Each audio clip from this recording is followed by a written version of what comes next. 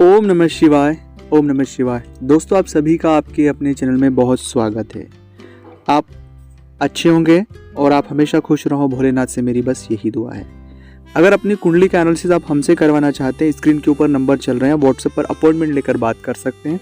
उसका फीस लागू है। दोस्तों, रावण ने कुछ रहस्य बताए हैं, इन रहस्यों को आपको समझना चाहिए, क्योंकि ये रहस्य आपके जीवन में आपको बहुत हद तक फ़ायदा पहुंचा सकते हैं।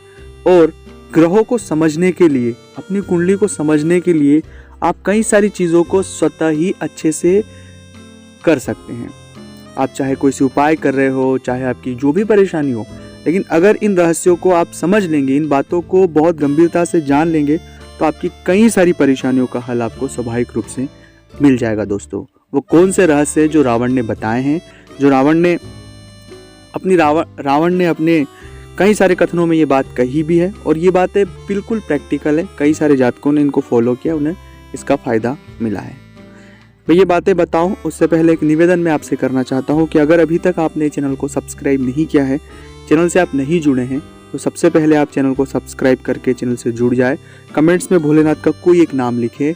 और दोस्तों, अगर अपनी कुंडली का एनालिसिस आप हमसे करवाना चाहते हैं, स्क्रीन पर नंबर चल ही रहे, आप व्हाट्सएप पर अपॉइंटमेंट लेकर हमसे बात कर सकते हैं। सबसे पहली बात, नारी का अपमान ना करें। अगर आप नारी का अपमान करते हैं या नारी का सम्मान नहीं करते हैं, तो आपके ग्रह कभी सही नहीं हो पाएंगे। चाहे आपके ग्रह कितने भी मजबूत क्यों ना हो, चाहे आपके ग्रहों में कितने भी प्रबल योग क्यों ना हो, वो आपको नहीं मिलने वाले हैं।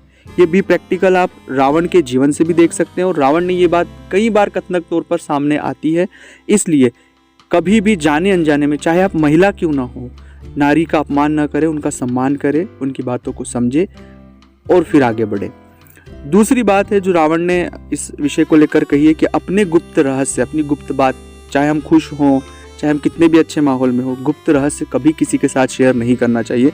अगर वो गुप्त बातें हम किसी के साथ शेयर करते हैं, तो भविष्य में वही चीज़ें हमारे लिए तकलीफ दे विषय हो जाती है, क्योंकि हमारी गुप्त बातें वो हमारे लिए कुछ अलग व्यू होता है और सामने वाले के लिए कुछ अलग होता है। इसलिए कभी भी जो भी गोपनीय बातें हैं, उन्हें अपने तक ही सीमित रहने दें, बाहर आने न दें, आप चाहे कितने भी खुश क्यों ना हो।